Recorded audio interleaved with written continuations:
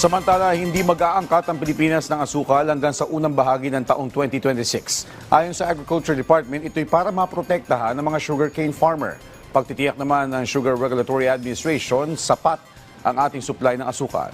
Si Vel Custodio sa detalye. Hindi muna magkakaroon ng sugar importation sa bansa hanggang sa kalagitnaan ng 2026. Ayon yan sa Department of Agriculture. Ayon sa retailer na asukal sa Balintawak Public Market, wala naman daw dapat ikabahala sa supply ng asukal. Hindi ako kulangin. Kasi maraming supply ng bang asukal dito eh. Local po, tsaka may 40 din naman. Pero posible pa raw na bahagyang gumalaw ang presyo nito habang papalapit ang Disyembre. Kung mas mababa naman po sa ngayon, sa dati. Kung patuloy na tumaas ang presyo ng asukal, apektado dyan si Lisa na may maliit na food business.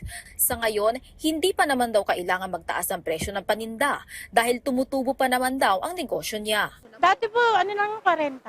Ngayon po, 80. Maganda kasi yan sa susi. Para hindi na masyado makulay. para sa presyo ng asukal sa Balintawak Public Market, magbibili ang brown sugar ng 65 pesos per kilo. Ang golden white sugar ay 70 pesos per kilo. Ang wash ay 70 pesos at ang white sugar ay 75 pesos per kilo. Sa pagpupulong ng DA at ang Sugar Regulatory Administration, nais na tugunan ang mababang bidding price ng asukal sa Negros. Kaya tiniyak na ahensya sa mga stakeholders na hindi muna magpapapasok na imported sugar sa bansa hanggang sa matapos ang milling season sa May hanggang June. Sa September 29, actually, umumpisa yung bagong harvest natin. And to ensure po na yung farmers natin, at saka yung millers po natin, yung sugar traders po, and yung sugar consumers po ay clarified po and mayroong direksyon yung market natin.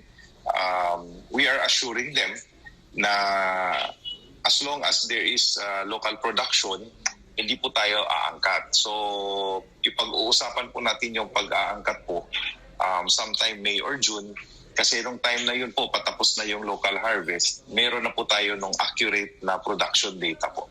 Kapag naglabas na ng panibagong sugar order ang SRA, siya ka palang pahihintulutan na pag-aangkat ng asukal.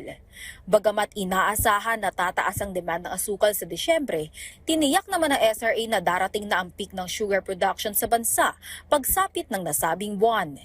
Sa ngayon, tinitingnan natin yung first 2 weeks ng milling. Maganda po yung takbo ng milling.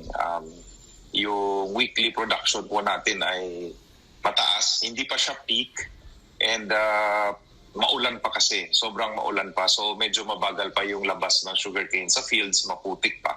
But if pag-usapan natin yung December, traditionally po mainit na yan. And umpisa po ng December hanggang March, yun po yung peak harvest natin. So talaga pong wala tayong problema ng supply po.